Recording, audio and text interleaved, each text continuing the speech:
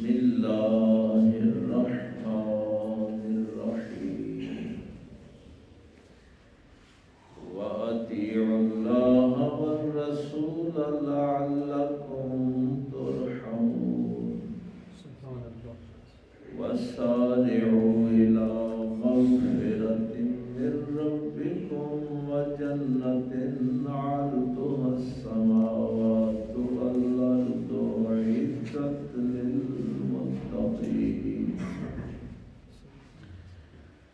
آمنت بالله صدق الله العظيم وصدق رسوله النبي الأمي الكريم ونحن على ذلك من الشاهدين والشاكرين والحمد لله رب العالمين قال الله تبارك وتعالى في شان حبيبه مخبرا وامرا إن الله وملائكته يصلون على النبي يا أيها الذين آمنوا صلوا عليه وسلموا تسليما اللهم صل على سيدنا محمد وعلى آل سيدنا محمد وسلم اللهم صل على سيدنا مولانا محمد وعلى آل سيدنا مولانا محمد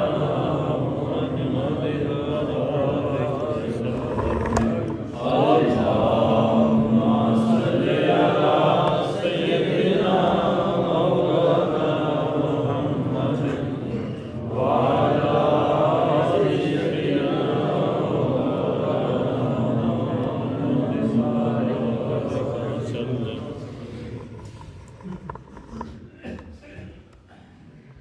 اللہ رب العزت کی حمد و ثنا کے بعد اور پاک پیغمبر صلی اللہ علیہ وآلہ وسلم کی بابرکت منزہ کریم ذات کی حجیہ عبید و سلام کرنے کے بعد نہایت واجب احترام حضرت علامہ محمد سعید احمد صاحب دیگر معزز علماء سامعین بزرگ و دوست و عزیز بھائیوں رمضان المبارک کا پہلا عشرہ تکمیل کی طرف رواں دواں ہے اور آج نامہ روزہ ہم سب لوگوں نے اللہ کی توفیق کے ساتھ رکھا موضوعات اتنے ہوتے ہیں کہ پھر میں الجھ بھی جاتا ہوں چونکہ سارے ہی اہم ہوتے ہیں کوئی موضوع ایسا نہیں ہوتا جس کی ضرورت نہ ہو اہم نہ ہو لیکن وقت ہمارے پاس بہت چونکہ مختصر ہوتا ہے تو اس دفعہ رمضان المبارک کے لیے ہم نے جو انتخاب کیا تھا موضوع کا وہ یہ قرآن کریم کے ساتھ ہمارا رمضان گزرتا ہے یا نہیں اور اس کی وجہ میں نے آپ کو عرض کر دی تھی کہ قیامت والے دن جب نبی پاک صلی اللہ علیہ وسلم کے ساتھ آمنا سامنا ہوگا تو یہ آیت آپ نے یاد کرنی ہے 19 والی سورہ فرقان کی کہ نبی پاک صلی اللہ علیہ وسلم دیکھتے ہی یہ نہ کہیں فرما دیں کہ مولا یہ ہے وہ شخص جس نے میرے بعد قرآن کو چھوڑ دیا. آپ اندازہ کریں کہ ہم یہ چیز لے کے جائیں کہ نبی پاک شفاعت کریں گے اور شکایت قرآن نے یہی ایک لکھی ہے. مہجورہ علامہ صاحب تو سمجھتے ہیں مہجورہ ہے ہجرت کر گئے تھے، ہجرت ایک جگہ چھوڑ کے دوسری جگہ چلے جاتے ہیں۔ وقال الرسول یا رب ان قوم اتخذوا هذا القرآن مہجورا، یعنی اس قرآن سے ہجرت کر کے کسی اور نظریے کی طرف چلے گئے، اس کی آیتوں پہ عمل کرنے کی بجائے کسی اور چیز کو اپنا لیا تھا۔ تو اس لیے اس دفعہ یہ اہم تھا کہ ہم رمضان بھی گزاریں اور ہمیں آخر میں تقوی نصیب نہ ہو۔ بھئی مقصد تو روزے کا تقوی ہے کہ تقوی مل جائے، تقوی نہیں مل سکتا جب تک آپ قرآن کے زیر سایہ رمضان نہیں گزاریں۔ تراویاں کیوں پڑھتے ہیں؟ بھئی تراویاں بھی تو اسی لیے ہیں کہ قرآن سننا ہے۔ اب اگر پہلے ہی ذہن میں یہ بھی ہجرت ہے کہ کوئی دنیا دار کتا سیاستدان کو وزیر آنا ہو تو آپ 2 گھنٹے کھڑے رہیں، اور اللہ کی بارگاہ میں 1 گھنٹہ کھڑا ہونا ہو تو 8 تراویاں بڑی نہیں ہیں۔ یہ ہے اللہ سے وفا، یہ ہے تعلق اللہ کے ساتھ۔ کوئی رشتہ دار آنا ہو تو ہم 4 گھنٹے کھڑے رہیں گے، باہر دوست مل جائے تو ہم 1.5 گھنٹہ کھڑے رہیں گپ شپ لگانے کے لیے، اور دل میں یہ محبت رہ گئی ہے قرآن کے لیے کہ 8 تراویاں بڑیاں نہیں، نس جائیے ہوں کس کی بارگاہ میں کھڑے ہوں؟ اللہ کی بارگاہ میں کھڑے ہوں۔ یہ تعلق رہ گیا اللہ کے ساتھ۔ یہ ہے وہ تقوی جو چاند رات کو ایک ہی رات میں تمہارا سارا بیڑا غرق ہو جاتا ہے۔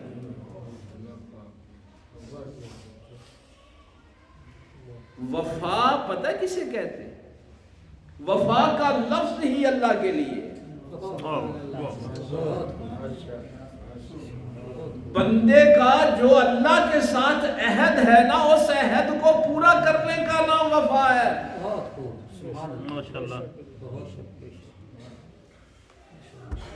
آپ نے وفا کسے سمجھا ہے؟ وہ تو منزل بڑی دور ہے جس کی قرآن کریم نشاندہی کرتا ہے، وَالَّذِينَ يَبِيتُونَ لِرَبِّهِمْ سُجَّدًا وَقِيَامًا۔ وہ بھی تو بندے ہیں جن کی ساری رات قیام میں گزرتی ہے، ساری رات کھڑے رہتے ہیں اس کی بارگاہ میں۔ آپ 1 گھنٹہ کھڑے نہیں ہو سکتے۔ چلو آپ نوافل سمجھ گئے ہی، کھڑے رہے ہو، کس کی بارگاہ میں کھڑے ہونا؟ کیسے بھاگ جاتے ہیں اب اللہ کا دربار چھوڑ کے؟ ہماری کوئی وفا نہیں ہے اللہ کے ساتھ۔ اور یہ جو آیت ہے یہ ذہن میں رکھنی ہے، مہجورہ والی، یعنی اگر آپ نے قرآن سے ہجرت کی ہے تو کیا کسی شاعر سے عقیدہ سیکھیں گے؟ کسی قوال سے سیکھیں گے؟ کسی نعت خواں سے سیکھیں گے؟ میں جو یہ جملہ پتہ نہیں پہلے میں نے کبھی کہا ہے یا نہیں کہا، لیکن میں فرقہ واریت کے بھی خلاف اسی لیے، آپ بریلوی ہیں، دیوبندی ہیں، اہل حدیث ہیں، شیعہ ہیں، جو کچھ بھی ہیں، آپ اپنا نظریہ اس قرآن کے سامنے پیش کریں۔ آپ کے جو بھی کوئی نظریات ہیں اس کتاب کے سامنے پیش کریں، اگر اس کے مطابق ہیں تو آپ حق میں ہیں، اور اگر آپ کے نظریات اس کتاب کے برابر نہیں ہیں، مطابق نہیں ہیں، تو آپ باطل راستے میں ہیں۔ مت سمجھیں کہ ہم بریلوی ہیں تو ٹھیک ہے، ہم دیوبندی ہیں تو ٹھیک ہے، جس کا بھی نظریہ اس کتاب کے ساتھ ٹکراتا ہے وہ باطل پہ ہے۔ بے شک بے شک۔ لیکن ہم نے چونکہ وہی بات جو کفار کہتے تھے کہ اسی اپنے پیو دادے دا دین چھڑ دئیے، نہیں، پیو دادا بھی جو غلط نے اس کتاب کے مطابق تو چھوڑنا ہے ان کو۔ سرکار امام جعفر صادق رضی اللہ تعالیٰ عنہ نے کیا فرمایا تھا؟ امام اعظم ابو حنیفہ کے استاد ہیں نا، آپ نے فرمایا تھا کوئی بندہ آ کے تمہیں کہے کہ امام جعفر صادق نے یہ بات کہی ہے، تم نے اس کو اس کتاب کے مطابق دیکھا، اگر اس کتاب کے مطابق ہوگی تو قبول کرنا، ورنہ وہ میری بات ہی نہیں ہوگی۔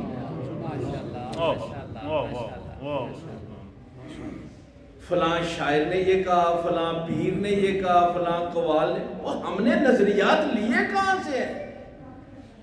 یہ شکایت ہے جو قیامت والے دن نبی پاک صلی اللہ علیہ وسلم کریں گے کہ انہوں نے اپنے نظریات اس کتاب سے نہیں لیے تھے۔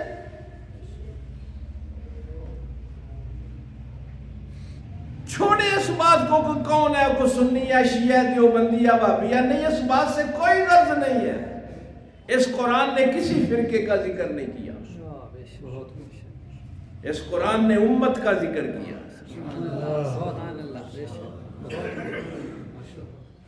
آج دنیا میں جو ذلت و رسوائی ہے، کہاں تک ہم نے ذلیل ہونا ہے، اپنے بچے ذبح کروانے ہیں، اپنی عورتوں کی بے حرمتی کروانی ہے۔ اس قرآن کو چھوڑ کر ہم بہت ذلیل ہوئے۔ اس لیے میں نے اس دفعہ یہ موضوع بنایا تھا کہ کیا ہمارا رمضان اس قرآن کے ساتھ گزر رہا ہے؟ اس لیے میں نے علامہ صاحب سے بھی کہا تھا کہ تراویحاں پڑھائیں، قرآن سنائیں، لیکن قرآن کا ساتھ درس بھی ان کو دیں۔ اور اس مسجد والے تو پھر بدقسمت ہوں گے اگر ان سے قرآن نہیں سیکھ رہے تو۔ یہ بدقسمتی ہے نا کہ اللہ نے ایک بندہ بھی دیا ہو، اچھا بھلا پڑھا لکھا بندہ جو سمجھا بھی سکتا ہے، اور ہمارے اندر یہ طلب ہی نہیں ہے۔ اب یہ ایک نظریہ ہمارا موضوع وہی ہے، لیکن پتہ نہیں وہ نئی نئی چیزیں جب سامنے آتی ہیں۔ یہ آیات میرا موضوع نہیں ہے، ان کی طرف میں نے اشارہ کرنا ہے، ان کو گھر جا کے آپ نے پڑھنا ہے۔ موضوع ہمارا وہی ہے، تلاوت قرآن، جو پچھلے جمعے۔ اب ہمارے ذہن میں کیا نظریہ ہے؟ یہ پہلا عشرہ رحمت کا عشرہ ہے نا۔ اب رحمت کے متعلق میں تو سن کے حیران ہو جاتا ہوں۔ ہمارے ذہنوں میں یہ ہے کہ رحمت کا تعلق اللہ کی بغاوت کے ساتھ ہے۔ ہمیں یہ سمجھایا گیا ہے قتل کرو، زنا کرو، یتیموں کا حق کھا جاؤ، ملاوٹ کرو۔ اللہ رحمان ہے، 70 ماؤں سے زیادہ محبت کرتا ہے، وہ بخش دے گا تجھے۔ یعنی ہمارے ذہنوں میں یہ ہے کہ اللہ کے ساتھ جو ہم بغاوت کرتے ہیں نا، اس بغاوت کے صلے میں ہمیں جو چیز ملتی ہے اس کو رحمت کہتے ہیں۔ یہ ہے ہمارے ذہنوں میں۔ کیوں یہ معاشرہ ٹھیک ہو؟ یہ آیات میں نے اس لیے، اللہ تعالیٰ نے دو ٹوک بات فرمائی ہے، وَأَطِيعُوا اللَّهَ وَالرَّسُولَ لَعَلَّكُمْ تُرْحَمُونَ۔ اللہ کی رحمت بغاوت کے ساتھ نہیں جڑی۔ جو اللہ اور اس کے رسول کی اطاعت کرتا ہے، رحمت اسے ملتی ہے۔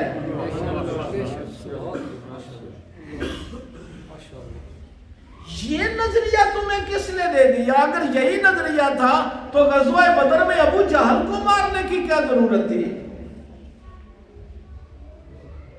او بھائی، غزوہ بدر میں کیا ضرورت پڑی تھی نبی پاک کو؟ ٹھیک ہے اللہ 70 ماؤں سے زیادہ محبت کرتے، ابو جہل کو چھوڑ دو۔ نہیں، ظالم ظالم ہے، اس کے خلاف نبی جہاد کرے گا۔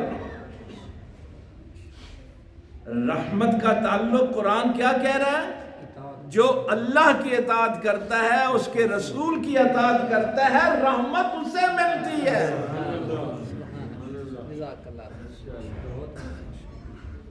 اب دیکھیے ہماری سوچ اور قرآن کی سوچ میں کتنا فرق ہے، ہمارے نظریے اور قرآن کے نظریے میں کتنا فرق ہے۔ رحمت کا الٹ کیا ہے؟ متضاد کیا ہے؟ غضب ہے نا اس کا۔ تو کیوں تمہیں پھر بار بار نماز میں یہ بات یاد کروائی جا رہی ہے، غیر المغضوب علیہم ولا الضالین؟ یہ بات کیوں یاد کروائی جا رہی ہے؟ بھائی رحمت ملے گی اگر اس کے انعام یافتہ لوگوں کے رستوں پہ چلو گے. جن پہ غضب ہوا ہے اگر اس راستے پہ چلو گے تو وہاں رحمت نہیں ہے, وہاں غضب ہے. اس امت کو سمجھ ہی نہیں آ رہی کہ اللہ کی رحمت ہمیں مل کیوں نہیں رہی. لیکن ہمیں تو ظاہر ہے چند پیسے چاہیے, ہمیں ہمارا فرقہ چاہیے, ہمیں ہمارا آستانہ چاہیے. ہمیں تو اللہ کے قرآن سے. اب اگلی آیت دیکھیں, ان کو گھر جا کے آپ نے دیکھ لینا ہے. وَسَارِعُوا إِلَىٰ مَغْفِرَةٍ مِّن رَبِّكُمْ وَجَنَّةٍ. اللہ فرماتا ہے جلدی کرو. یہ سارے اس سرعت سے ہے نا, تیزی کرو, بھاگو کس طرف؟ مغفرت کی طرف. اور اپنے رب کی بخشش کی طرف دوڑ لگاؤ. یہ اگلا عشرہ مغفرت کا آئے گا, کتنی دوڑ ہم نے لگائی ہوئی ہے. کیا مثلا یہ کو بوٹ شوٹ پا کے دوڑ لا دینی. اعمال وہ کرو جس سے اس کی رحمت تمہیں ملے. مغفرت کا تعلق پتہ ہے کس چیز سے ہے؟ اس دن میں نے ایک جملہ کہا بھی تھا آپ سے کہ جہنم سے بچا لے تو مغفرت ہے, جنت عطا کرے تو رحمت ہے. یعنی جو بدتمیزیاں, جو صغیرہ کبیرہ گناہ ہو گئے ہیں, ان گناہوں سے بچ جاؤ, معافی مانگ لو, توبہ کر لو, دوڑ لگا دو.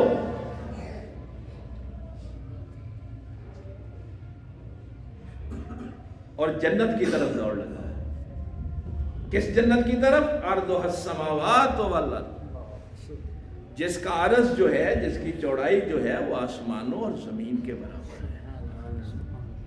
اعدت للمتقین. کسی مولوی پیر نے اگر آپ کے ذہن میں یہ وسوسہ ڈالا ہے تو وہ شیطانی وسوسہ ہے. اللہ نے دو ٹوک بات فرمائی ہے, اس جنت کی طرف دوڑ لگاؤ جس کا عرض, جس کی چوڑائی آسمانوں اور زمین کے برابر ہے. اعدت تیار کی گئی ہے للمتقین, صرف تقوی اختیار کرنے والوں کے لیے.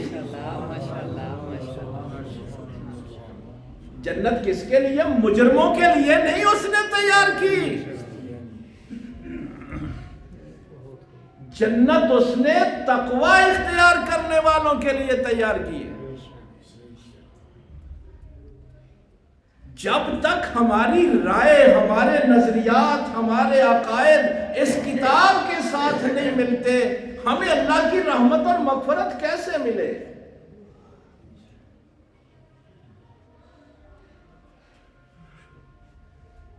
تین چیزیں میں نے شاید پہلے بھی کبھی عرض کی تھی.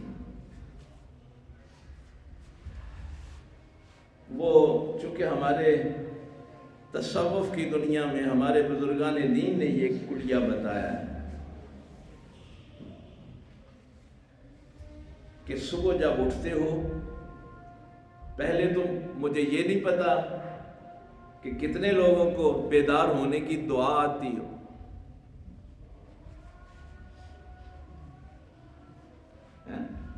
کتنے لوگ ہیں جن کو یہ دعا آتی ہو کہ جب آپ بیدار ہوتے ہیں تو اللہ کی حمد کرتے ہیں, اللہ کہ موت کے بعد مولا کریم تو نے پھر مجھے حیات عطا کر دی ہے, احیانا بعد موت والیہ النشور. سجدہ ریز ہوں اس اللہ کی بارگاہ میں, اور پھر عہد کریں, معاہدہ کریں, اللہ کے ساتھ عہد کریں. یہ جو سارا دن اب تو نے مجھے, چونکہ یہ جو نیند ہوتی ہے نا, یہ موت کی ایک قسم قرآن نے بیان کی, یعنی موت کے بعد اب دوبارہ زندگی دی ہے, تو مولا کریم یہ اب زندگی والا دن میں تیری فرما برداری میں گزاروں. یہ ہے دن کا آغاز, اور پھر سارا دن مراقبہ, معاہدہ, مراقبہ. مراقبہ یہ نہیں ہے کہ آنکھیں بند کی اور بس وہ دل پہ دھیان رکھو اور تسبیح پڑھتے جاؤ.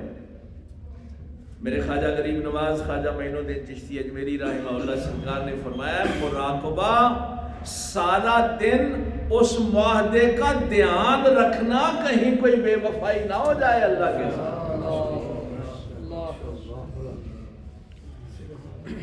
اب سمجھے مراقبہ کیا ہے. اور پھر میرے خواجہ غریب نواز نے جو جملہ ارشاد فرمایا کہ مراقبہ جو ہے اس کی سب سے بہترین جو چیز ہے وہ نماز ہے. یہ صبح سے لے کے ظہر تک اگر کوئی غلطی ہو گئی ہے تو اب اس مراقبے میں پھر یاد کر لے, توبہ کر لے, معافی مانگ لے. بہترین گناہگار کون ہے؟ جو توبہ کر لیتا ہے, معافی مانگ لیتا ہے.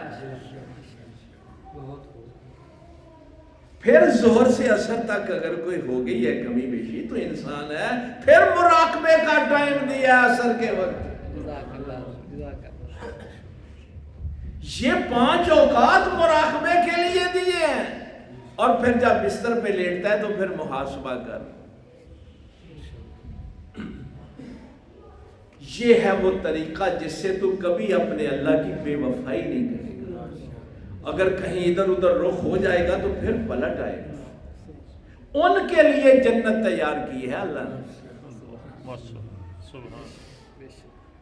یہ اگر کسی کا نظریہ کسی کے مولوی پیر فرقے نے دیا ہے نا کہ رحمت باغیوں کے لیے ہے, قرآن کہتا ہے نہیں نہیں, رحمت اللہ کی ان کے لیے ہے جو اللہ کی اطاعت کرتے ہیں, اس کے رسول کی اطاعت کرتے ہیں, ان کے لیے ہے رحمت. اور جنت اس نے تیار کی ہے متقین کے.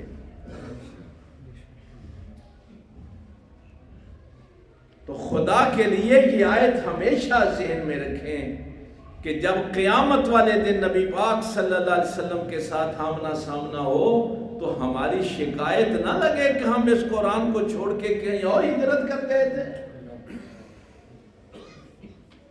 کوئی وہاں پھر بچانے والا نہیں ہوگا.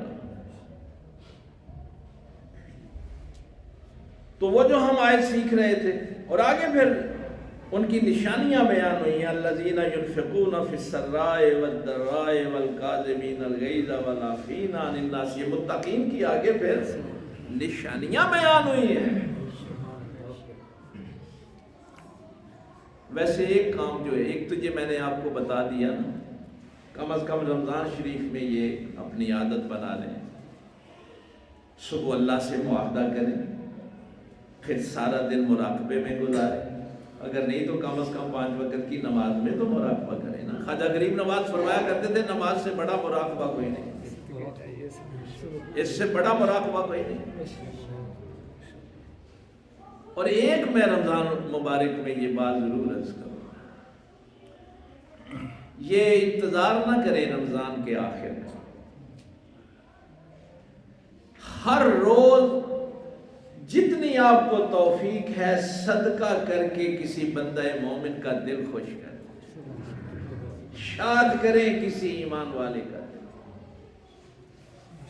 چونکہ وہ میرے ذہن میں اگلی جو آیت کا اگلا حصہ ہے نا, یہ متقین جن کے لیے جنت تیار کی گئی ہے ان کی پہلی نشانی یہ بیان کی, الذین ينفقون فی السراء والضراء. اچھا, وہ جو پچھلے جمعے والا جملہ اگر آپ کو یاد ہے,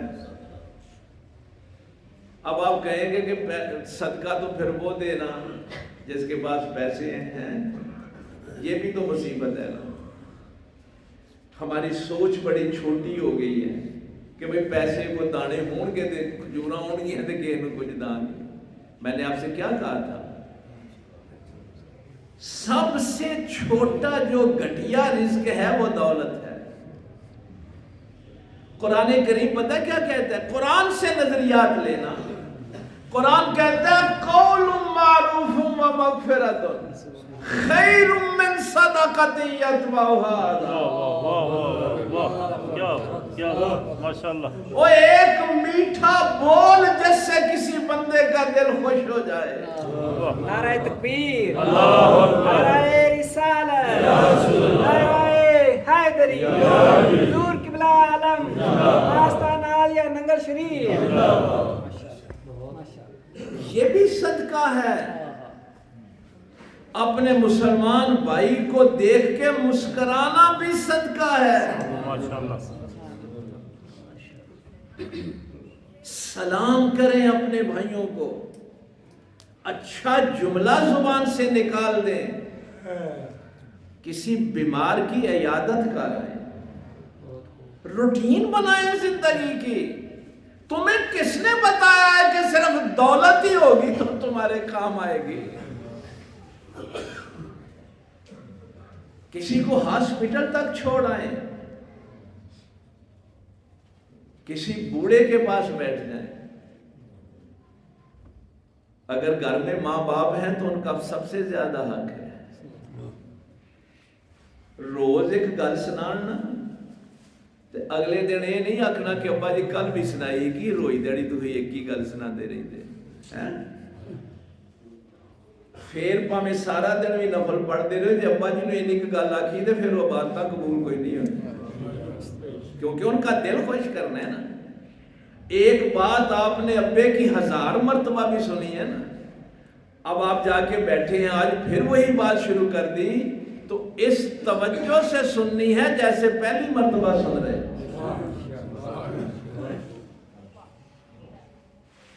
اب پتہ چلا یہ صدقے کی کتنی اقسام ہیں. اب کچھ بھی نہیں نا ان میں سے. یہ اگر آپ کے پاس علم ہے کسی کو علم دے دے, اب کچھ بھی نہیں ہے نا. وقت نہیں دے سکتے, علم نہیں دے سکتے, کسی کے پاس بیٹھ نہیں سکتے, یعنی کوئی بھی یہ چیز. اور بھی فہرست لمبی ہے, میں نے کہا چلو اتنی باتیں یاد رہ جائیں. کچھ بھی نہیں ہے. کسی ایک فرد کا انتخاب کریں اور خصوصی طور پہ اس کے لیے دعا ہی کر دیں, مولا فلاں بیمار کو شفا دے, فلاں میرا بھائی جو ہے وہ بھوکا ہے اس کے لیے کوئی رزق کا اہتمام کر. وہ دعا جو وہ نہیں سن رہا, تو گھر میں اکیلا بیٹھا ہے, ہر روز کوئی نہ کوئی صدقہ ضرور کرے, خفیہ بھی اور اعلانیہ بھی, دونوں چیزوں کا ذکر ہے. استغفار ضرور کریں. استغفار جو گناہ کر لیے ان کی بخشش مانگیں, اور وہ میں نے طریقہ بتایا ہے کہ حق بھی لوٹائیں, اللہ کا بھی اور بندوں کا بھی. یہ غلط نظریات آپ کو بتا دیے گئے. قرآن کے یہ نظریات نہیں ہیں کہ بغاوت کے ساتھ بھی اس کی رحمت. ابو جہل کے ساتھ کو کہہ سکتا ہے اس کی رحمت ہے؟ اس دنیا میں تو رزق دے گا, وہ رحمان ہے, ابو جہل کو بھی دے گا, فرعون کو بھی دے گا, لیکن ہمیشہ کی نعمت صرف متقین کے لیے, باقیوں کے لیے نہیں ہے. تو میں تو آیت تو ہم نے وہی سیکھنی تھی, وقت پھر کم رہ گیا. یہ آیات یہ لمبا موضوع ہے, اس پہ اوپر انشاءاللہ پھر آگے بھی اللہ نے موقع دیا تو بات. یہ جو بات ہو رہی تھی کہ الذین آتیناہم الکتاب یتلونہ حق تلاوت, تلاوت اور قرات کا میں نے پچھلے جمعے تھوڑا سا فرق عرض کر دیا تھا. اولئک یؤمنون بہ, وہ اس کتاب پر ایمان لاتے ہیں جو اس کی پیروی کرتے ہیں اور اس کے پیچھے چلنے کا حق ادا کرتے ہیں.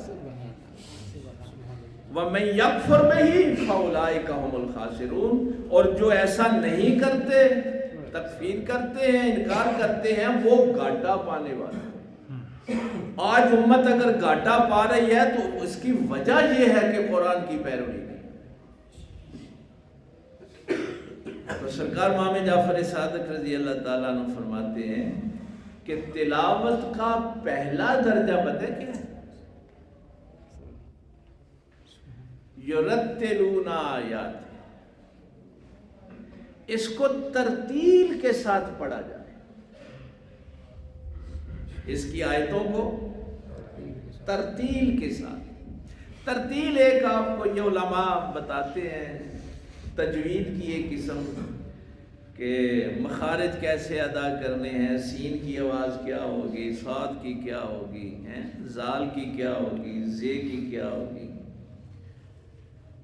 نہیں, یہاں وہ مراد نہیں ہے. چونکہ اللہ اپنے پیغمبر سے فرما رہا ہے وَرَتِّلِ الْقُرْآنَ تَرْتِيلًا۔ تو اللہ جب نبی پاک سے کہتا ہے کہ قرآن کو ٹھہر ٹھہر کے پڑھو، ترتیل کے ساتھ پڑھو، تو کیا نبی پاک مخارج ادا نہیں کرتے ہیں؟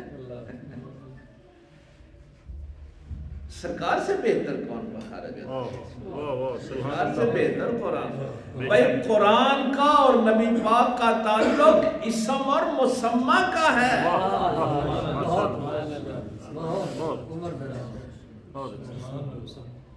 اسم اور مسمہ کا تعلق ہے قرآن کا اور پیغمبر اسلام صلی اللہ علیہ وسلم۔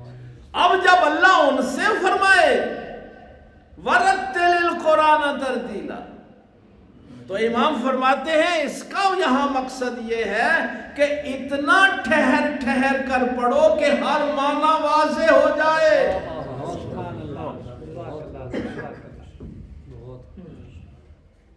یہ ترتیل ہے اس کی کہ ایسے ٹھہر ٹھہر کر پڑھنا۔ اس لیے میں کہتا ہوں آپ اللہ کا شکر ادا کیا کریں کہ آپ کو یہاں پہ وہ مشین نہیں لگی ہوئی الحمدللہ رب العالمین الرحمن، پتہ ہی نہیں ہر لفظ جو ہے اس کو ایسے ٹھہر ٹھہر کر پڑھنا کہ ہر معنی واضح ہو جائے۔ نماز کو بھی آپ کا یہ جو آپ نماز ادا کرتے ہیں نا، فائدہ کیوں نہیں ہوتا؟ نماز کے لیے بھی یہ نماز جو ہم نے شروع کی ہوئی ہے نا مشین والی، اللہ تو یہ ویسے ہی منہ پہ مار دیتا ہے، جا دباؤ لے جانا آ، کوئی ضرورت نہیں ہے اس کی۔ آپ بھی قصوروار ہیں اگر آپ اپنے امام سے کہتے ہیں نا چھیتی پڑھاؤ جی تراویحاں، آپ بھی قصوروار ہیں۔ وہ آیت ذہن میں رہے جب اللہ تعالیٰ فرماتا ہے نا یا ایھا الذین آمنوا لا تقربوا الصلاۃ وانتم سکارى حتی تعلموا ما تقولون، یعنی اللہ نے اس آیت میں بھی یہ بات فرمائی ہے جب تم نشے کی حالت میں ہوتے ہو تو نماز کے قریب نہ جاؤ۔ کب؟ حتی تعلموا ما تقولون، جدوں تک تانوں اس گل دا فرق محسوس نہ ہوئے کہ تسی اللہ نال گل کی پہ کردے ہو۔ ہن مثلا تساں نماز دیکھ لو کہ الحمدللہ رب العالمین، اب قرآن کہتا ہے کہ تجھے پتا ہو تو نے اپنے اللہ سے کیا بات کی، حتی تعلموا ما تقولون، وہ اتنا تے پتا ہوئے اللہ نال گل، وہ اللہ نال گفتگو ہے نا نماز۔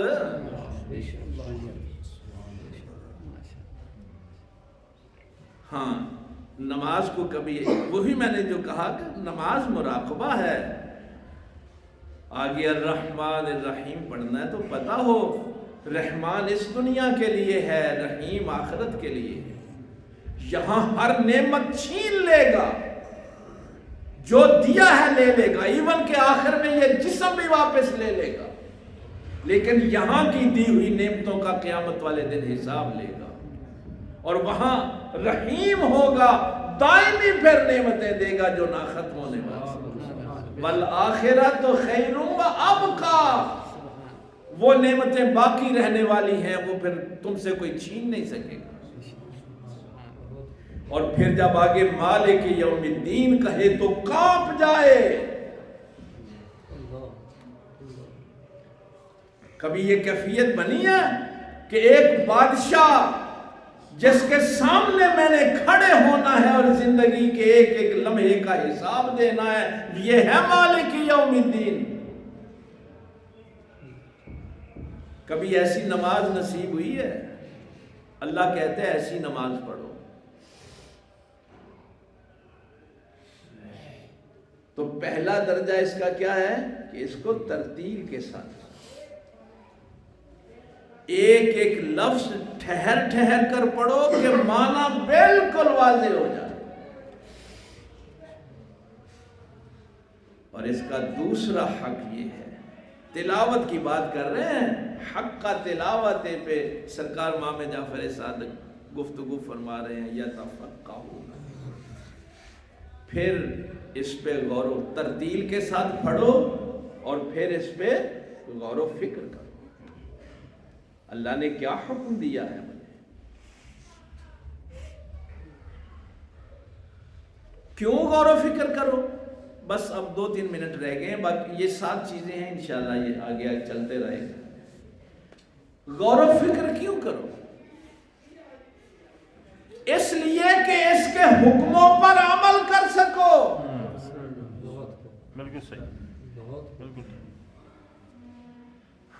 یعنی بات یہ ہے نا کہ اس قرآن پر کون ایمان لایا ہے؟ جو اس کی تلاوت کرتا ہے، یعنی اس کے پیچھے پیچھے چلتا ہے اور پیچھے پیچھے چلنے کا حق ادا کرتا ہے۔ اولئک یؤمنون بہ، وہ اس کتاب پر ایمان لائے ہیں۔ اب ان کی آگے نشانیاں یہ ہیں کہ وہ اس کو ٹھہر ٹھہر کر پڑھتے ہیں، معنی واضح ہو جائے، پھر اس معنی پہ غور و فکر کرتے ہیں۔ غور و فکر کیوں کرتے ہیں؟ تاکہ اس کے حکم پر عمل کر سکے۔